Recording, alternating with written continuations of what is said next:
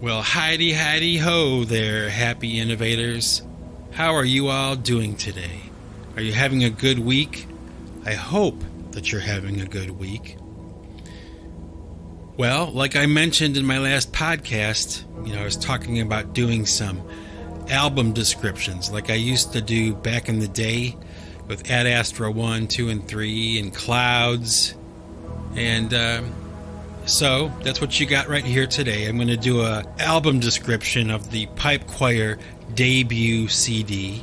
And, I'm holding it here in my hand, the hard copy of the CD in my hand. And without, spending too much time on the cover art, I'll just mention really quick, it's got the Astra avatar in the front, the original Astra art that I used back in the day when I first got started.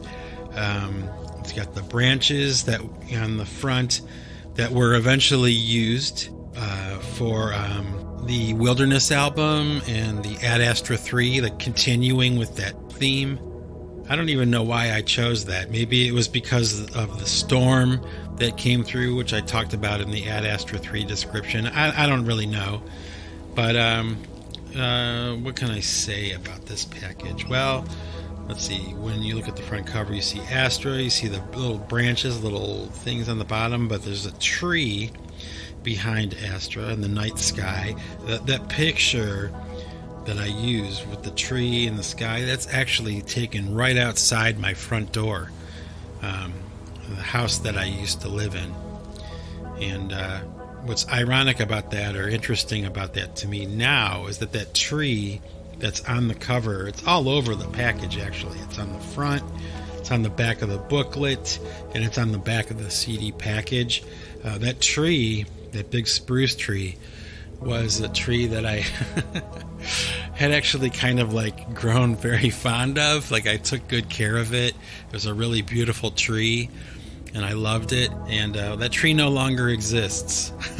So it's kind of, when I see the picture, it's a little bit of a tug, I guess, on my heart a little bit, because that was the first freestanding house of my own, like that I lived in.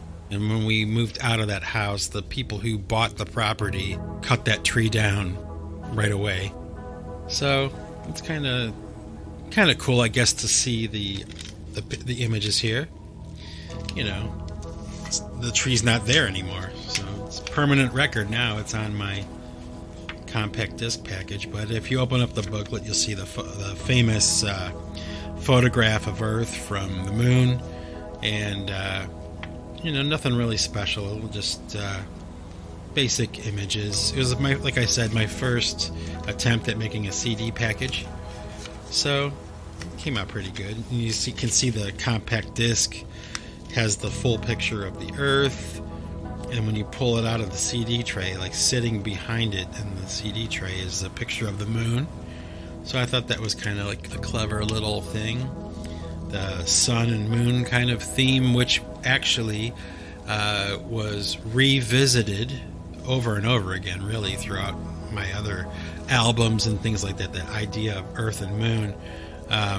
But on the cover for the Last Major Sin, there's the Earth and the Moon kind of theme. So, it's something that I continued with in one way or another. I thought that was pretty good. It's, like I said, my first try, so it's pretty good. There's the tree on the back, of course, and the Creative Commons stuff, and the track list. And so, without spending too much more time on that, that's the basic rundown of the cover art.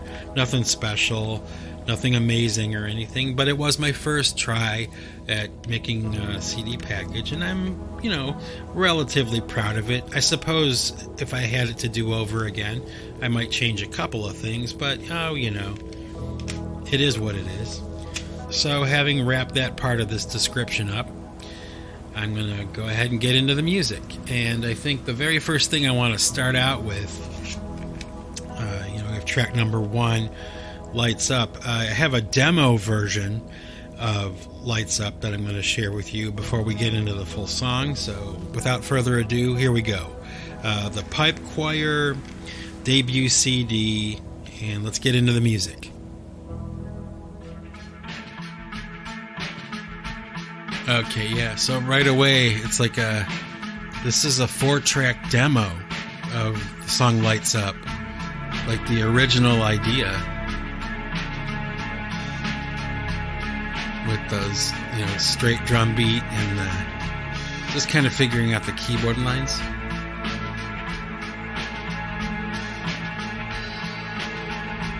Yeah, normally I'd start out with something like this, like these kind of drums, like a basic drum beat, and start making up music to it. But as you'll hear in the finished version, I wind up striking the drums out most of the time and either redoing them completely different or eliminating them altogether. So, pretty basic kind of idea, nothing really challenging or anything, but you can kind of hear the foundation of the finished track. And I was kind of like really into the whole idea of recording on my 4-track cassette recorder, so I was like really stoked to be recording at home, So yeah, here we go, the album version of Lights Up, the finished version. Pretty weird robot voice in the beginning. I love using robot voice. It's a device actually called a vocoder, and what it does is it takes the human voice and it mixes it with like a keyboard sound, like a signal. It blends the two together and gets that effect. Yeah, the entirety of this album was recorded on a Korg D1600. Really small little digital recording unit. I had a lot of really great effects on board, and vocoder was one of those effects. And I wound up using it. I still use it all the time. I use it all the time. Oof. What a song. I'm really proud of this one.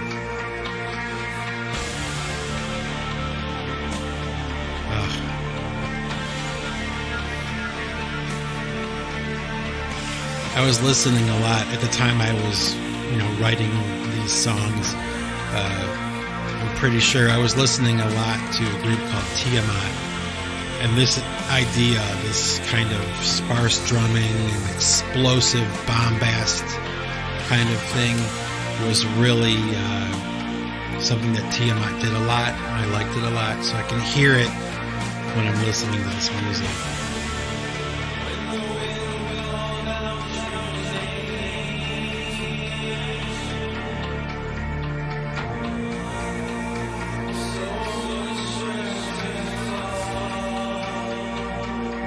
The idea with Lights Up was kind of like, in my mind anyway, was like this idea of turning a switch on. When I had left Cleveland and kind of stopped performing live as a drummer, and went into the idea, this whole idea of recording at home, recording myself, writing my own songs and things like that. When I left that scene, I wasn't sure what the future was going to be for me. I wasn't 100% sure that I would be able to continue a musical life. I didn't know, because I was leaving behind not only the band I was in, but the scene and the people and the connections and everything. I was abandoning everything and going off in this other direction entirely. So Lights Up was kind of like, almost like a song of like gratitude. The world began to thaw, like the world was cold, but it began to thaw. The machine was turned on, the lights are up. It's like powering up this old machine, called pipe choir, pulling the tarp off and powering it up for the first time. And that's kind of what it was like. And the music and the lyrics and everything are pointing to that.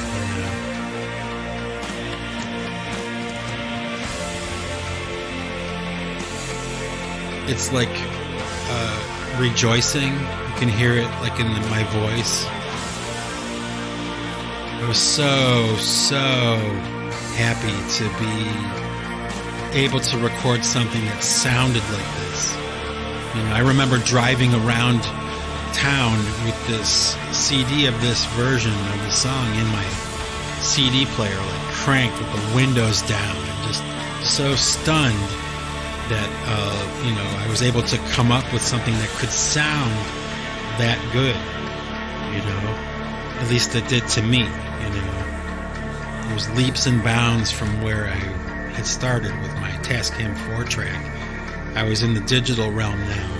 Oh my gosh, the sound quality and just everything was so much bigger and better.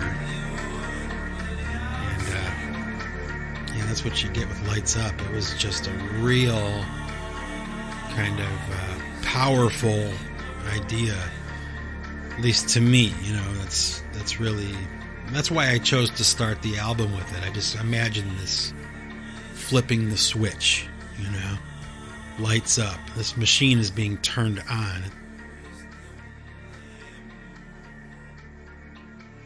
So I was really excited about Lights Up.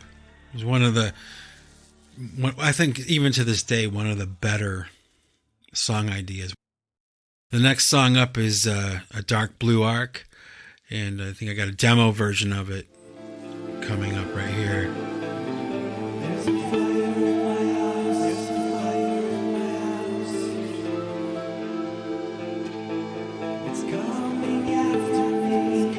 Yeah, this demo version was recorded in Cleveland in a studio right before I moved.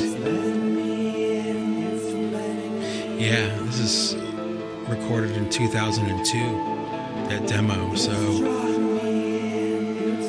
that shows you how old that song actually was, that song idea. And then, of course, we go into the album version of the song. This keyboard sound. Got a lot of comments about this keyboard sound.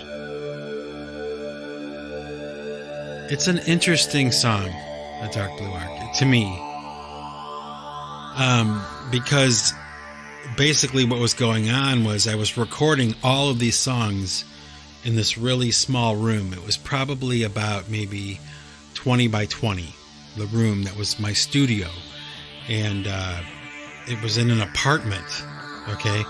So basically, I had to kind of find a time during the day when there was nobody around to be bothered by my drumming in this apartment building. So whenever I drummed, I would have to hurry, and I'd have to map it out and know exactly what I was going to do and hurry up and record it and drum and get it done before anybody could really have a chance to complain, right? Because drums are very loud. I mean, they shake the building you're in, when you're really rocking on them. So what I wound up doing was just kind of in my mind, predetermining a few drum beats that I wanted to play, maybe just one or two bars, a really short bit of drumming, just different beats that came to my mind or that I thought I could start out, a song with. Let's see, I did the drums for Lights Up that way. I did the drums for A Dark Blue Arc that way. 5 Station 5, Metal, Infinite Light, and that's about it. So 5 of the songs on this album were based on these drum beats that I played, I recorded. And what I would do is just take the couple bars of me drumming and I would loop it in my digital recorder, and I would use that as a jumping off point for a song. And that's the drums you're hearing right now. If you listen closely, you pay attention, the drums don't really change. And this song is just one of 5 on this album that are like that, where they started out as just a couple bars of me drumming, and then looping those drums, looping those couple of bars of drumming, and putting music on top of it. So the dynamics of the song, like even though it feels like it might change, it's not because of the drums, it's because of the other instrumentation. I think that's interesting, when I listen to it now.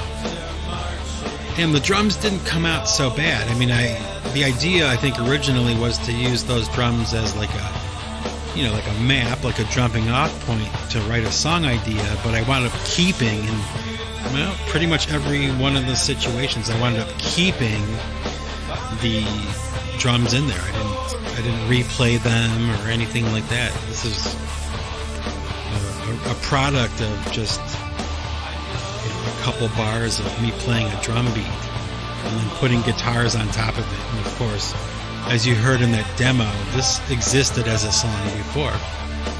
So I just took that idea and retrofitted it over this music, and oh my gosh, it sounds pretty good, Still, to this day, these drums, even though they were recorded, before I had any real idea of how to record drums, they wound up coming out pretty good. I think, if I remember correctly, I only used like 2 or 3 microphones to record these drums, and it came out pretty good.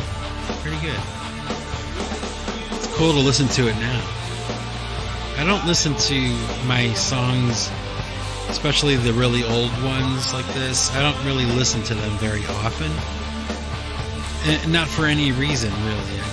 I'm always working on the next thing, so it's kind of cool to have the opportunity to go back and listen. I mean, I was really excited about being able to record myself. I was just like a mad scientist, just trying all kinds of ideas, and I was like just having so much fun with being creative and trying to find interesting ideas, and I was just so into it, like 110%, just locked in,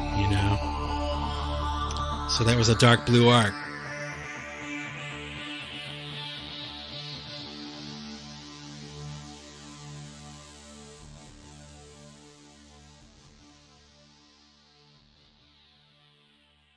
Track number 3 is 5 Station 5.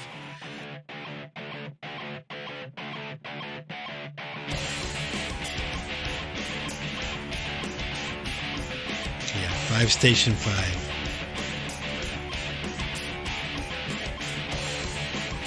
Man, this is me drumming on the guitar. I mean, it's like, that's what I'm doing.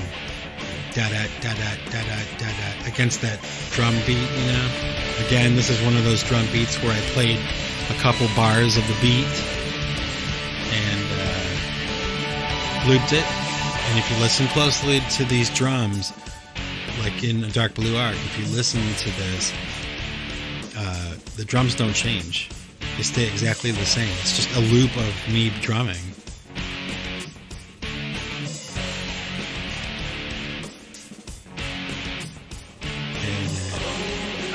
There was so much stuff going on in my life when I was writing this song. It was a really, really difficult time emotionally for me. It was maybe like a year or so after I had left Cleveland. I was still like very much kind of like in some ways grieving the loss of the life that I had built for myself up until that point. And, we left home, I left home and started over, and it was difficult. It's hard to do, but you can kind of hear me singing about that and addressing it in this song. It's all, waxing poetically or in code and kind of stuff like that. It's not a direct message, but to me, when I hear it, I know what I'm talking about, and I know how I felt. Again, that percussive kind of guitar playing, like I'm, actually like playing the drums on the guitar with my hands. Everything is very rhythmic, on the guitar.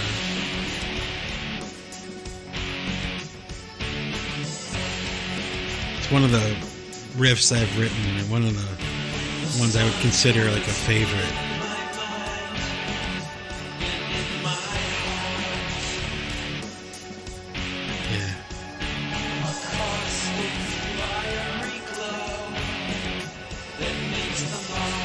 so strange to hear these songs now and to be listening to them like for analysis, you know.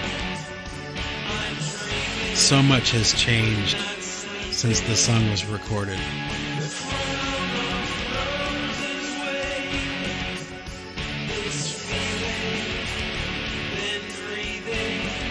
Yeah, these over the top poetic lines, like it just was like, honestly, it was kind of probably something like, I didn't really know, or I wasn't sure if anyone would ever hear these songs.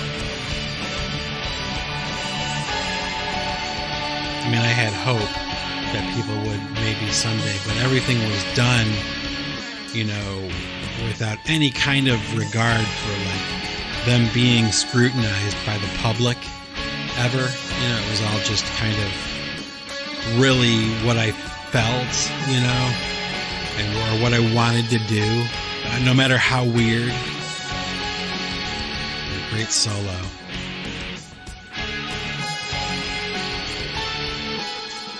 I love those guitar solos that you can hum.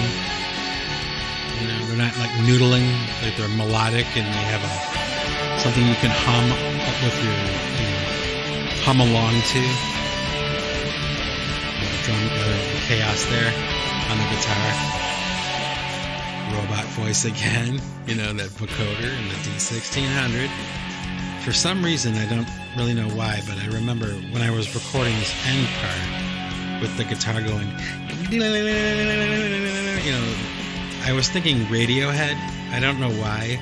They must have a song that does that, but like when I hear it now, that's what comes back to my memory. I was doing something I heard Radiohead do. I don't know what it was, but Station 5, you know, like religious imagery, you know, for those of you who are familiar with the Stations of the Cross, and the fifth station, which is symbolic, or the meaning of the fifth station of the cross is assistance, you know, helping the person who needs help. And I needed help. I was really emotionally, I was in a very strange place when I was writing a lot of these songs. You know, there was a lot of sadness and a lot of anger. So that was track number 3, Station 5. This is track number 4, The Wind is Rising.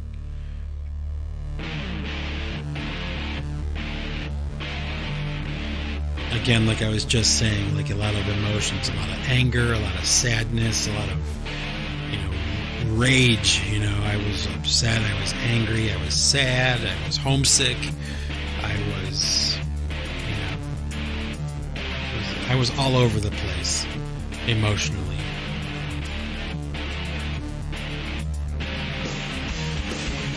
I remember the jumping off point in my mind for this song idea was that song by Marilyn Manson called The Beautiful People. I loved that song. I thought it was done really well. And I liked the beat. I liked the rhythm. So I copped it and, you know, put it into this song. But I think that this drum beat was like put together at a time when I knew much more about how to record drums and how I was going to be doing the drums for a pipe choir. So there was a lot of growth that took place. Even though it's track number 4, it probably was one of those songs that was recorded last for this album. Really kind of cool vocal delivery, like a rap song almost. Rhythmic singing. The mix on this song is a little wonky to me. It's a little pillowy or, you know, compressed, but it is what it is. You know, I was figuring it all out as I was going along, so not so bad for a guy who has no idea what he's doing. You know, definitely singing to somebody or some people, and I won't name names. I was an angry man when I wrote this. Yeah, but you know, rather than lashing out and, you know, becoming violent or something, I put it in words and I put it in music. It's the best way to channel your anger, your emotions,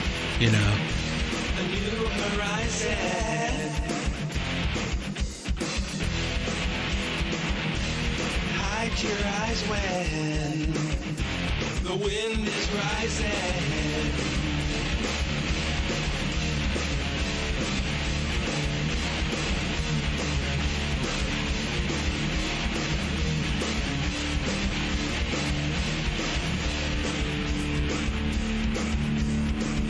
Middle 8 section. Can you hear it? Beautiful people. Beautiful people. Can you hear it? But you probably would never have picked that out, right? Unless I said it to you. But that's what the inspiration was. That was the impetus for this song, that drum beat.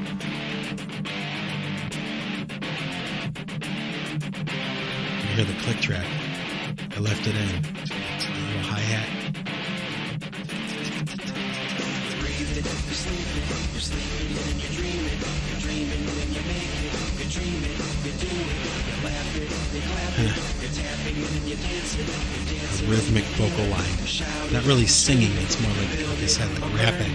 Creating it and I make it. I'm shaping it and I show it. I aim it, I throw it. You want it. And that was The Wind Is Rising. I give it the way I got it. I give it the way you gave it. I gave it, you got it. Tight ending. Yeah, I was pretty pissed off when I was doing that one. But then I was probably even more pissed off with this next one. Metal, track number 5. Again, the drums. I just played a couple bars, a couple seconds of drumming and took that recording and looped it. And that's the drums. That's what I made this song on top of. So I start with drums. That's usually how I start all my song ideas. Is I'll remember a drum beat, or I'll hear a drum beat that I like, or it'll just come to me, and that's, I'll put it together, I'll record it, and I'll have the drums, the tempo and everything done, and I'll go back on top of all that drumming and put guitars on it, and put keyboards on it, and I'll sing over it. And that's what you're hearing right now. Pretty proud of this song. This song is definitely one of those ideas that would be like a candidate for like a future redo, So I think it's really a great song. The lyrics are great. It sounds ominous, kind of like, to me anyway, like When the Levee Breaks by Led Zeppelin. It has that ominous kind of drumming, and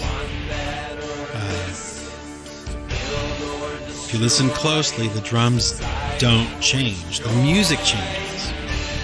The dynamics of the song changes, but it's not because of the drums.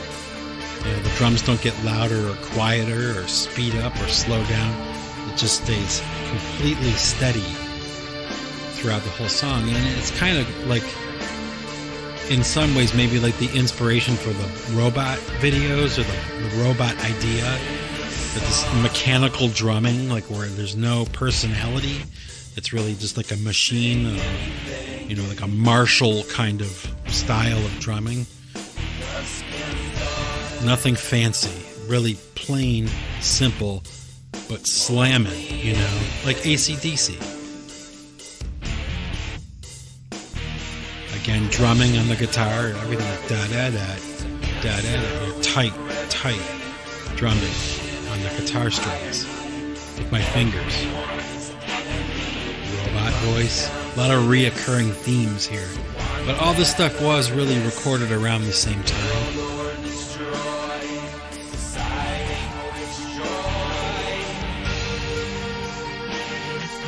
Oh, listen to that. It's beautiful music. Even though it's heavy, it's really orchestral and melodic and emotional. His anger is kind of like sadness. They're very closely linked. And there was a lot of that when I was writing this.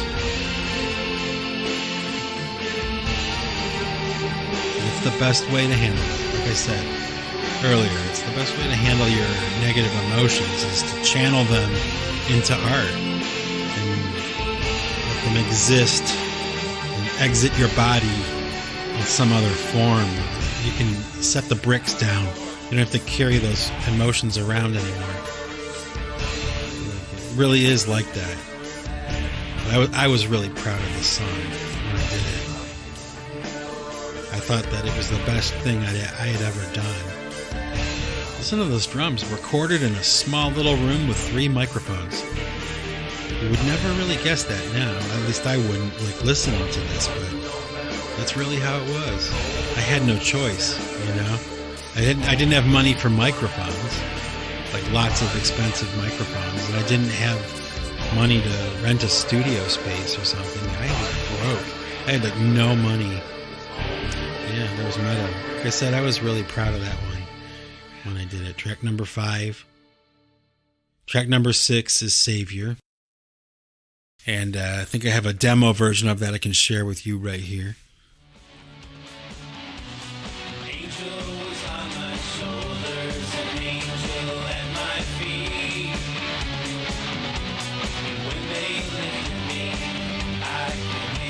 Yeah, this is the song that started it all for me.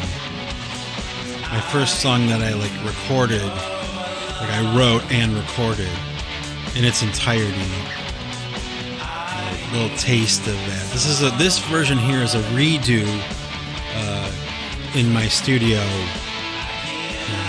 in that apartment. But doesn't sound too bad for a lunkhead version, a lunkhead recording. Not bad. The song is there. The idea is represented adequately.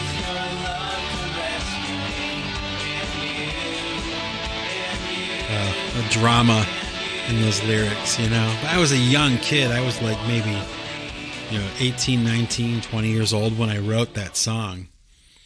And, of course, we have the version of it coming up, the album version, but this version that's coming up was also a redo of the version we just heard. So, like a redo of a redo.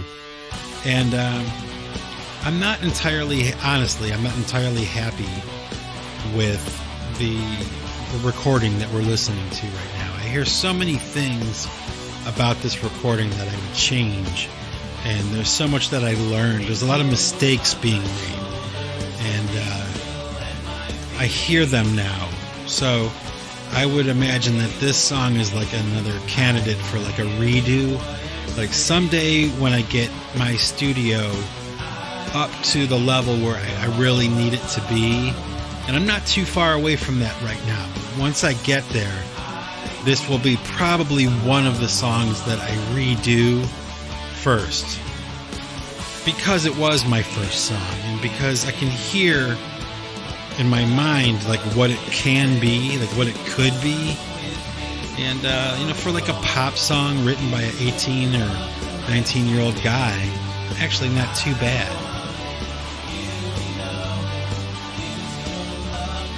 But again, the drama,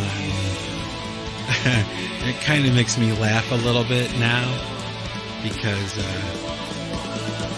I guess my approach to songwriting has changed a lot, but it's not bad, it's not bad. The vocal harmony in there, not bad.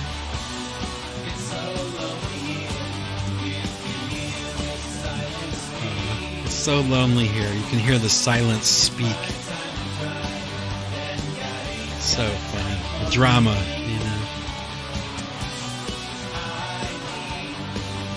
But it has a nice feeling, doesn't it? This music. It's got like a pretty cool guitar line,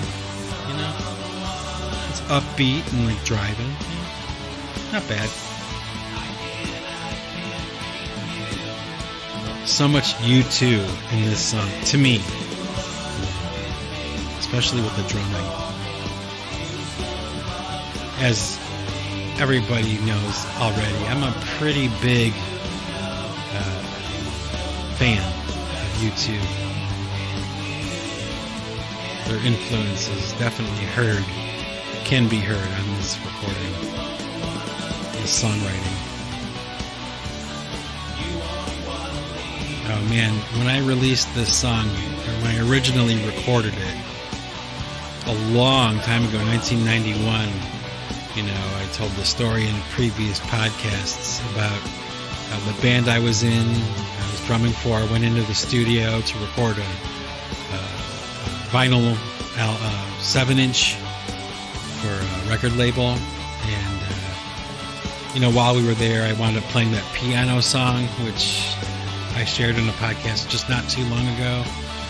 And the guy who ran that studio, because of that incident of me playing the piano in his studio, we wound up becoming friends, and he asked me to drum on different stuff for him, and I would go into his studio and he wouldn't charge me. Like, we would just have fun in the studio recording song ideas, and this was one that came out of that. I wrote this song and recorded it in his studio with him, and it got onto commercial radio, and it went crazy. And, whoa, it was just like so wild and so unexpected. Like my first excursion into like songwriting and stuff by myself, I wound up hitting a grand slam home run on the first pitch, and I thought that was how it was going to be forever, but I was wrong. It was an uphill climb, but everybody around me at that time, family members included, were just going like gaga. Like, they couldn't believe that I had made a song like this. I could do that. And I couldn't either, but I was just given the opportunity to go and record what I heard in my head, and that's what came out. That is Savior, song number 6. Song number 7 is Infinite Light. And again, this is another one of those ideas where the drums were just a couple bars of me drumming, and I looped it. Da-dum, da-dum, cha, dum, da-dum, cha, and I used it as a foundation, and I started to put music on top of it, and this is what I got.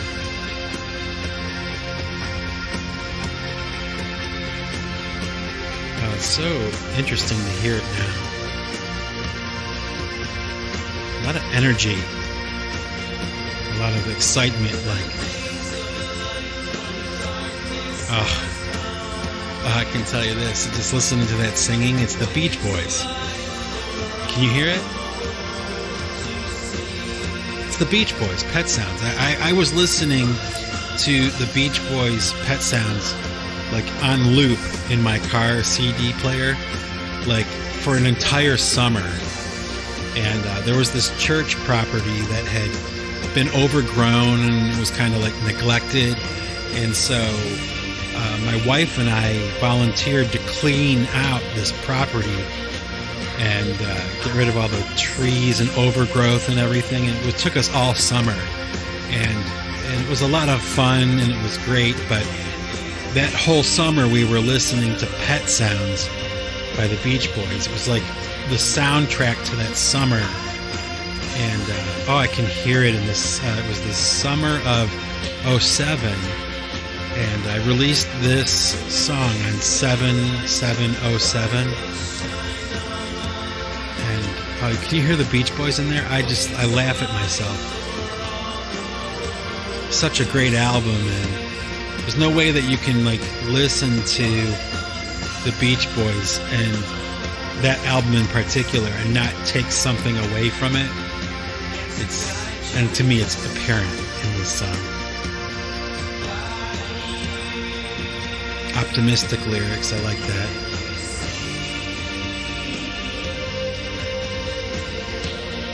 Robot voice, infinite light, I just use that all the time, that vocoder. The first time I figured out how to use that vocoder, I realized what I could do and how to do it, I was just stunned that I was able to do it. And this teeny tiny little recorder, this little, tabletop kind of situation, not some big fancy device or big fancy studio. This is like almost a zero budget. This whole album was almost done on a zero budget, really. I had no money. Any money that I was making was being spent on, surviving.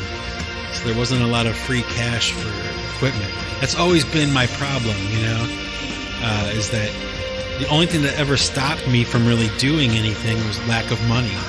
And so it's kind of cool, like as soon as I was able to start making some money and getting new equipment, it was like heaven on earth. Some guys want cars, some guys want jewelry, some guys want fancy clothes. I don't. I want new equipment. That's all I ever want. Infinite light. The light of the world. Lights up. I mean, there's all this singing about light. What am I singing about? I'm singing about the light of the world. The infinite light of the world. It's a Christian reference.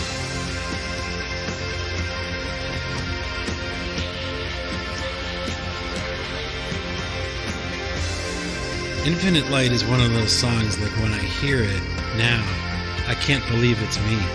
I can't believe I was able to come up with something like that. And those keyboards, they sound like bagpipes. It's weird. I use that keyboard sound all the time. I've actually had people criticize me for that. Using the same keyboard sounds, but they're my sounds. I mean, I make those sounds. I crafted those sounds, so I use them because I like them. I use them all the time. I use them as often as I want. Yeah, there's Infinite Light. Now, this is Sansis FM coming up right here.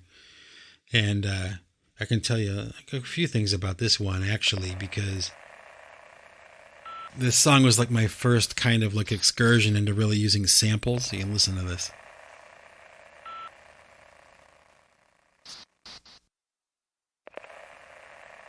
Those old dial-up sounds.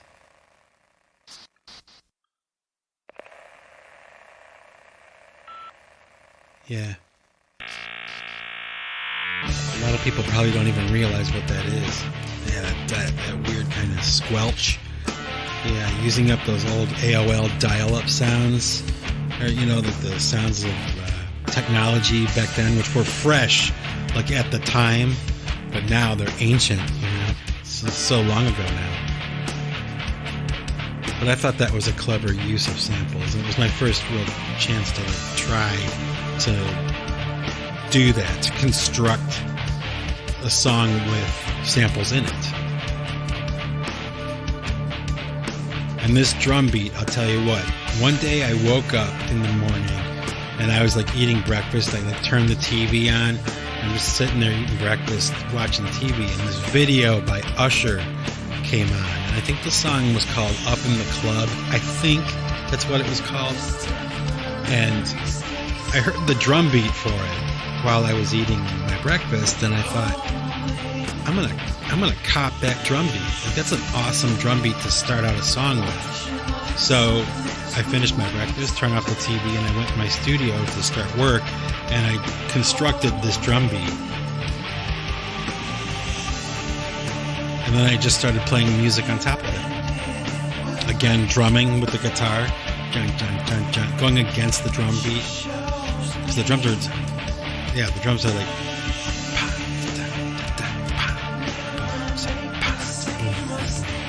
but the guitar is going,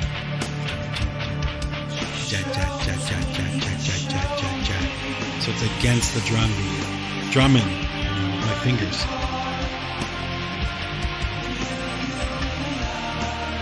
There's a couple things about this song that, production-wise, I think I could do better now, but I'll probably never redo this song. I'm pretty proud of how this one came out.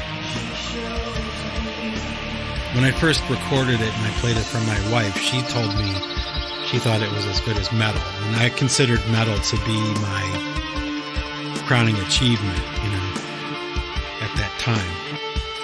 And she thought this was on par with that. Oh, listen to this.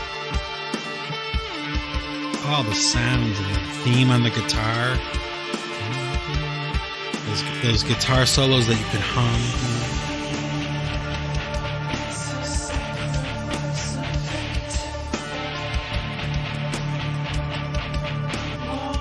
It's great. I'm proud of this one. It was a lot of work and everything, and it was really exciting to be putting it together and hearing it play back. Like, oh my gosh. When I listen to it now, it's kind of like Infinite Light. It's one of those songs I'm impressed with how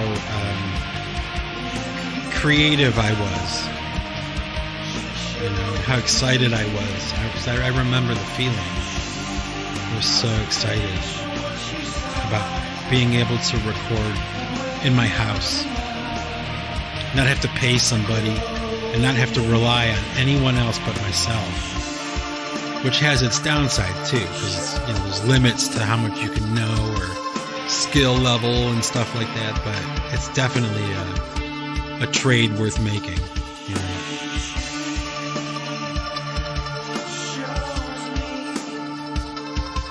Sansa FM, she shows me. It's this idea of like being guided by something invisible. It's not like I'm not singing about my wife, it's somebody that I know. When I say she shows me, I'm singing about this thing outside of me, this invisible spirit, that guides me through my life. And it has. I would say that it's true.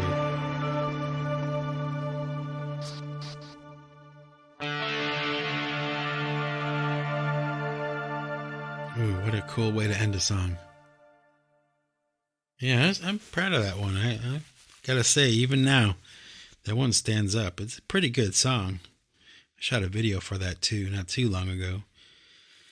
So let's see, what do we have next? On Axis. Oh man, I just got done talking about this song on a previous podcast about a month or two ago. And I'll just listen to the intro.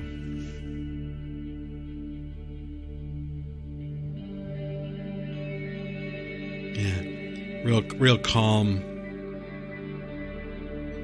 Based on this idea by this band I was drumming in called Slow Bob. They had a song called Sinking, or we had a song called Sinking, and this song Sinking was like a kind of like a jumping off point for me on this idea. I wanted to do something that was like Sinking from this band I was in, but what would I do if I had it to do by myself? Like, what would it sound like? What would I choose? So I constructed this song, and the lyrics came out, and I've talked before about how that song Don't Drink the Water by Dave Matthews Band, influenced the music of this. It's the same chords.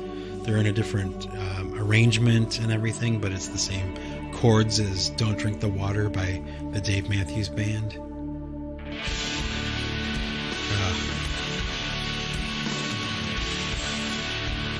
Again, these are those drums that were recorded in that tiny little room, But unlike, I'm trying to think. Oh, no. These are the same, yeah. These are drums I just drummed a few bars of, and I looped it and built the music on top. And if you listen to these drums, they stay the same all the way through the song. They never change. The music changes, but the drums don't.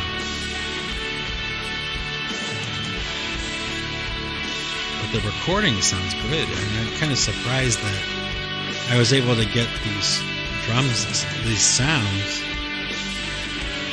out of that little room with just 3 microphones. It shocks me. I had no idea what I was doing. I guess that's like the point that I should emphasize. It sounds like I'm being braggadocio, or I'm talking about how great I am, but it's really not the case. It's like, you have to understand, when I was recording what you're hearing right now, I had no idea what I was doing.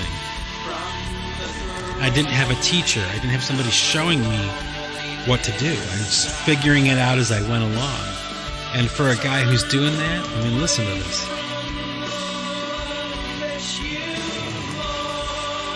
It's not bad. And another thing I always consider, especially when I'm listening to other people's music, is this idea that, like, I made this up. Like, before this song existed, there was blank tape. There was a zero. And I just made something up. And this is what I made up. And I think that way about whenever I hear anybody else's music or anything that's recorded, or even, any kind of art form, really, anything like a painting, or before there was a painting, there was a blank canvas. And somebody took paint and they put it on that canvas, and that's what you're looking at. And that's kind of how I see this. It's like, it's kind of cool that can happen. Your imagination, or my imagination, or someone else's imagination can hatch ideas like this.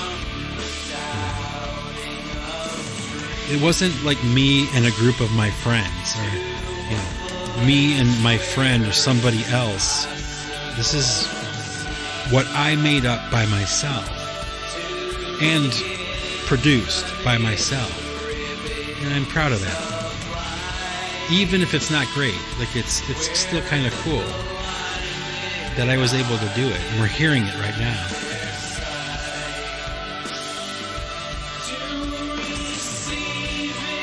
And these lyrics are the quintessential meaning, the essence of Pipe Wire. Everything, any lyrics or meaning I've ever tried to express through all the songs I've made, and I have like about 250 different songs now out there in the ether floating around. This song is the message of all of them condensed into one song. Turn away from the myth of more.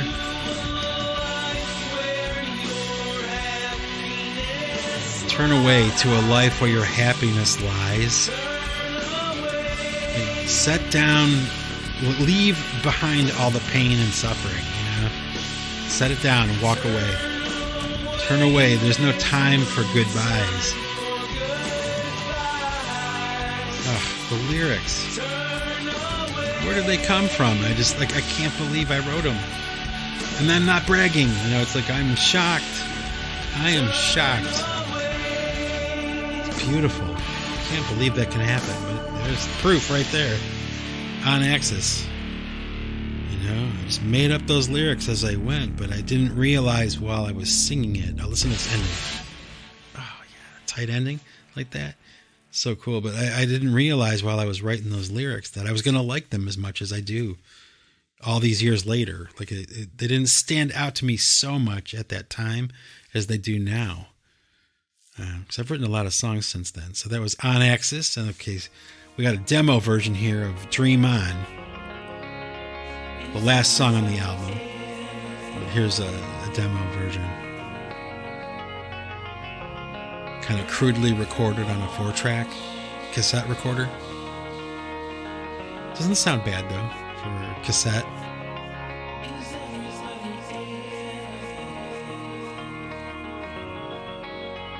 Outrageous.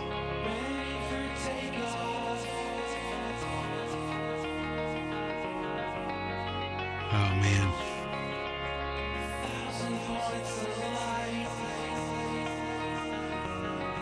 This is an early recording of it. Out your window. That whisper. I was proud of that. Good idea. Simple kind of guitar arpeggio repeating over and over again. But again, like the dynamics of the song change the music. You know, you can kind of hear it more in the finished version that's coming up here. It's like I would play just like a pattern on the guitar, record it, and then just loop it, and then sing over it. And I still do that today. Like I still do that idea today, a little bit differently, a little more sophisticated. But I've repeated that idea many, many times. See, it's like this repeating pattern on a guitar.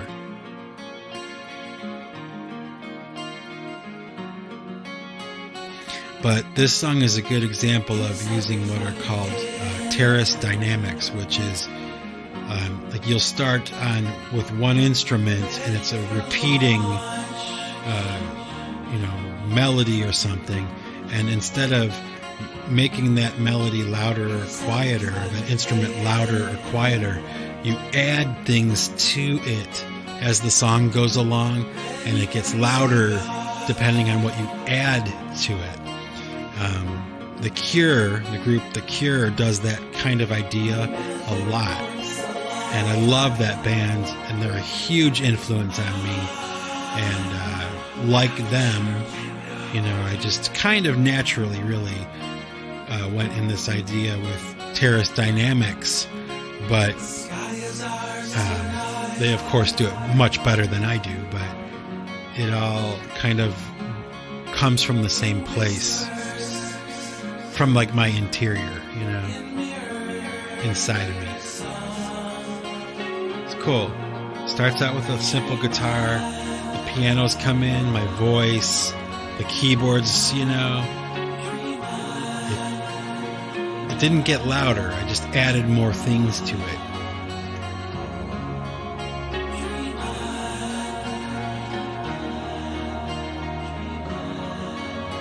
Yeah, that's terrace dynamics. That is the term. The idea being that as it goes, you stack more things on. It goes up and up, a step up, a step up, a step up.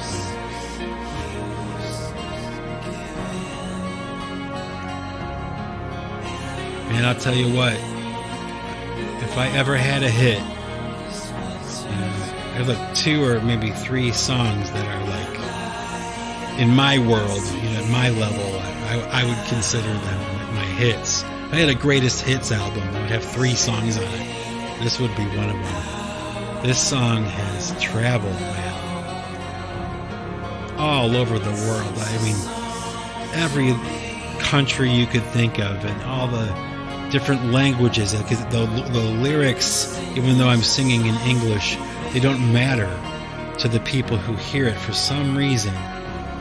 This song it strikes a chord with people who hear it. And, man, as an artist, no matter what level I'm on, that's a good thing when that happens. Thank your lucky stars that you can come up with something that appeals to people like that. To think when I first wrote this song, I almost erased it and started over. Like I almost scrapped it, and I just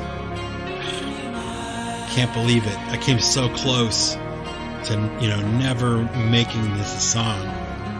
And at the last minute, I changed my mind, and now look at it. So glad I didn't make that mistake. It would have been tragic.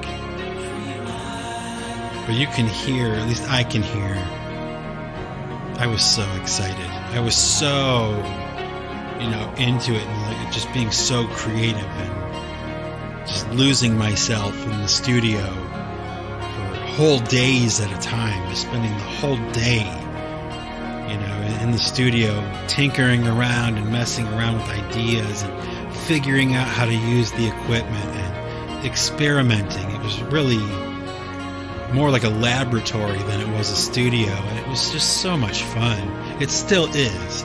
It's just different now, Still have a lot to learn, but I have learned a lot, and I've gotten a lot more equipment and know-how and skill, so it's like a little bit different, but I still do I get excited. Maybe not quite as excited as I was then recording this song, but oh yeah, there's this tail coming up on the end of the song. I remember I was so proud of this idea of putting a tail on the end of the song, of just like this cosmic cloud. Like it just goes into this ambient cloud and then it like fades away. Like put like a comet. The song is like the comet, and then this part is like the tail on the comet. That's kind of, I see, yes, samples. There's the Apollo mission guy. 3, liftoff. I just lost myself in this. I was so happy with this. I thought this was such a great idea to end a song like this. And I've done it since, with other songs and stuff. Just listen to it.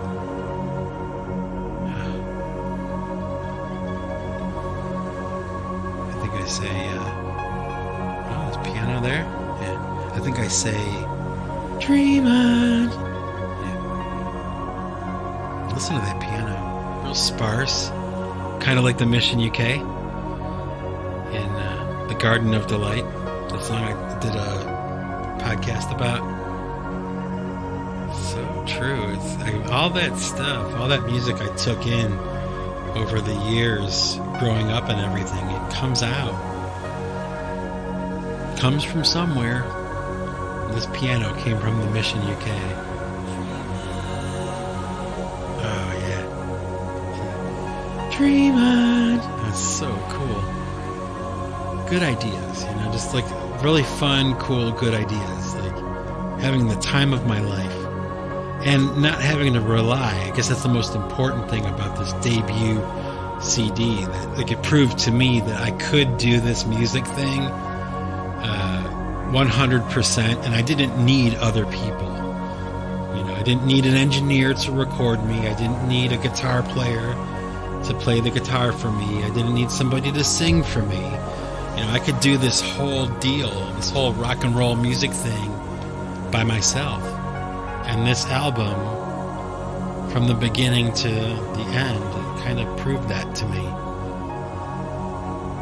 It's a big deal. There's a lot of work and a lot of man hours that went into these songs. And, they weren't all recorded at once. They were recorded over a very long period of time.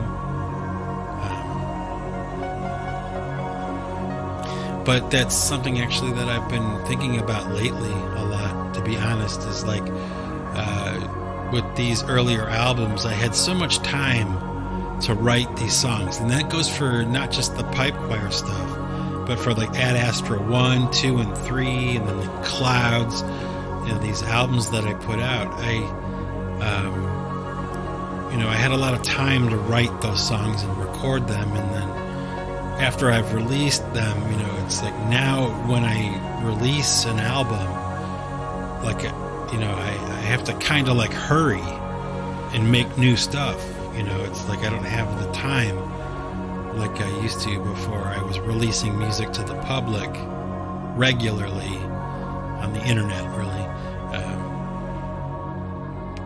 I don't have that kind of time anymore, so I have to kind of like hurry. It's a strange kind of pressure, but I'm trying my best to defeat that and to like not be pressured so much into releasing new material that it's like I'm going to keep the quality at a certain level, and however long that takes, that's what I'll do. But yeah, there you go. That's the debut CD from Pipe Choir.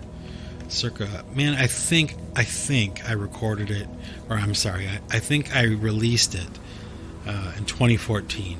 I believe that's when I started making compact disc packages, and this was the first one I did. So there you go. I hope that you enjoyed it, my happy innovators, and stay tuned for the next one. I'm going to be doing a lot of these. It's a lot of albums that I've neglected. This is just one. So, just the first one, actually. So, my happy innovators, remember, if you want to keep what you've got to give it away. Take it easy.